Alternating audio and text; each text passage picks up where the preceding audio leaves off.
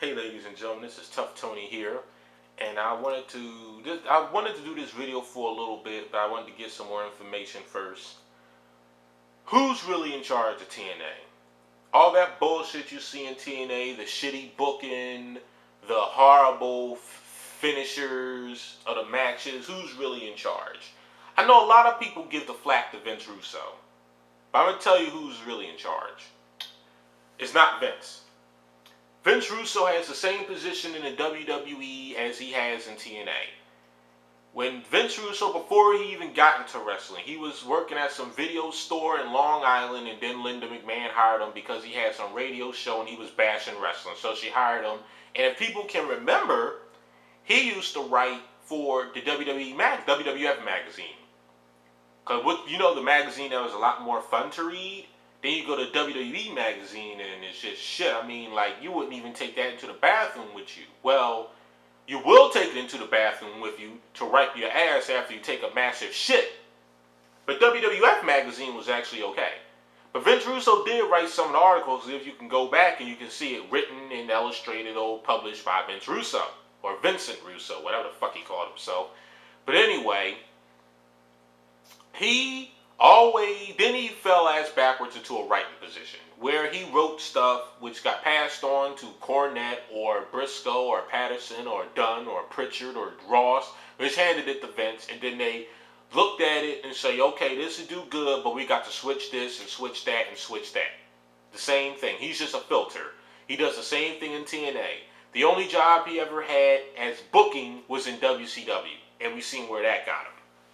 We seen where the fuck that got him. But anyway, Hulk Hogan and Dixie Carter have what's final say in TNA. Eric Bischoff does not either. He's just an on-air personality. He's quick to tell you that he doesn't work for TNA. He's just an on-air personality. But they sign his paychecks.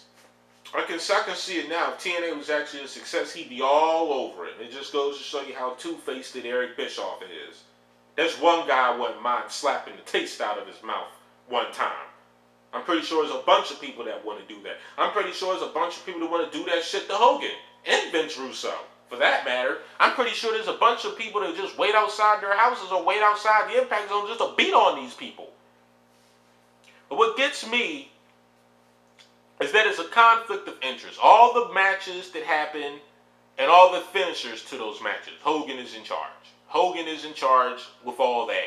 His selfishness and Dixie Carter's ignorance is destroying that fucking company. Why? Because it's a fucking conflict of interest.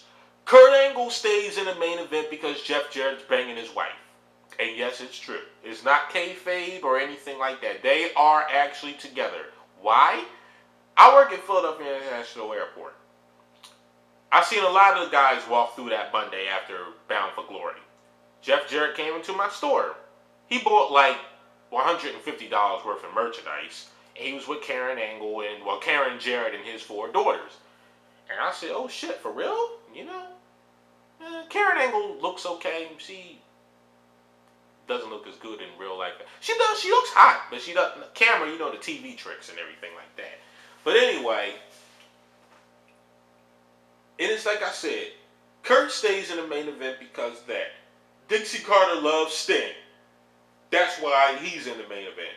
And Hogan likes Anderson because Anderson kissed his ass all over Australia. It's a conflict of interest. What makes it so bad is that Hogan is the same selfish dick that he always has been in WWE and fucking WCW. I remember way back when Bret Hart left the WWE for WCW and he got the biggest contract per year than anybody there. Now keep in mind, they had a pay-per-view where Hulk Hogan wasn't even on. And the main event was Bret and Flair.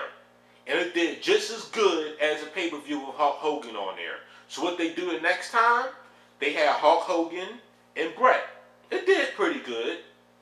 And then they started going backstage saying, yeah, Bret Hart isn't in it. And, and his heart isn't in it. He's not passionate about it. It's not his home. WWE is his home. Maybe all that's true. But they pulled the rug from under him.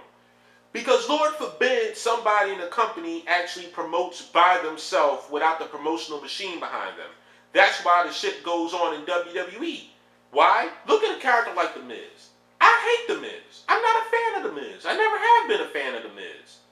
But I always say he should have been the next breakout franchise player. But see, the thing is, Miz has a character. Unlike Randy Orton or John Cena, who are 80% media creation and get all their shit written for them, which all gets their matches choreographed to the extensively. Lord forbid someone actually promotes on their own and makes it up that ladder. Then you got to put the screws to them, just like everybody else does. That's why Rude isn't champion right now.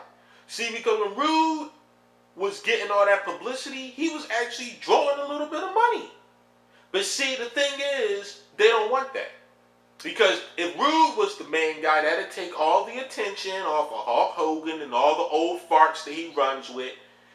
They want TNA to be known for the ex-WWE talent if they are successful. Saying, yeah, we did better with your guys than you did.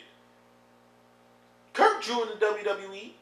He hasn't drew as much as in TNA. Anderson never drew a fucking dime. Sting hasn't drew a dime in TNA for like 4 years since he beat Jeff Jarrett for the title way back when in like 2005. But it fucking infuriates me. Because all that fucking selfishness is destroying the damn company.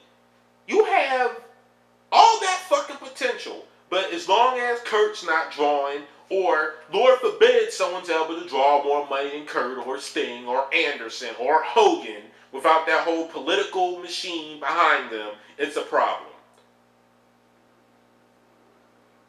I can imagine if Robert Roode actually did get that push, and the next thing you know, we had a pay-per-view where he was headlining and he did 200,000 pay-per-view buys, which has never happened in TNA history. Damn, 100,000 is a push. But see, he probably have match of the decade, probably one of the greatest matches of all time. Everyone be going around saying it. And then half the time, if you're not an avid TNA fan, you wouldn't even know who Bobby Roode is. Then you figure, Bobby Roode? Like, who is this guy? I mean, he did all this for TNA. He used to chant me. Who is this guy? But no. But they don't want to promote that. They don't want to promote that. They want to promote the WWE guys. And it's such a shame that Hogan, as selfish as he is, and as broke as he is, you would think he want the company to be successful, but no, because he always wants the spotlight on him. Just like everybody else does in these corporate wrestling companies. The guy hasn't been in his prime for almost 20 years, you know, and yet he's still holding on to this bullshit. And you see how he stole that fucking spotlight at Bound for Glory. Everyone's getting geared up for Rude and Kurt. What does he do? He gives his little face turn to take everybody out of the game. See, that shit wasn't fucking necessary. He did that on purpose. He did it on purpose so everybody could be talking about that. Oh, we're going to give Rude and Kurt a shitty finisher so nobody will talk about that. But everybody will talk about my face turn. See? When you're in a business that has not had any major income, that has not made any major profit in 5 years, and you keep on sending them all the way back to square one. And as a fan, I am disgusted. I really am. This is Tough Tony. I'm signing off. Have a wonderful, wonderful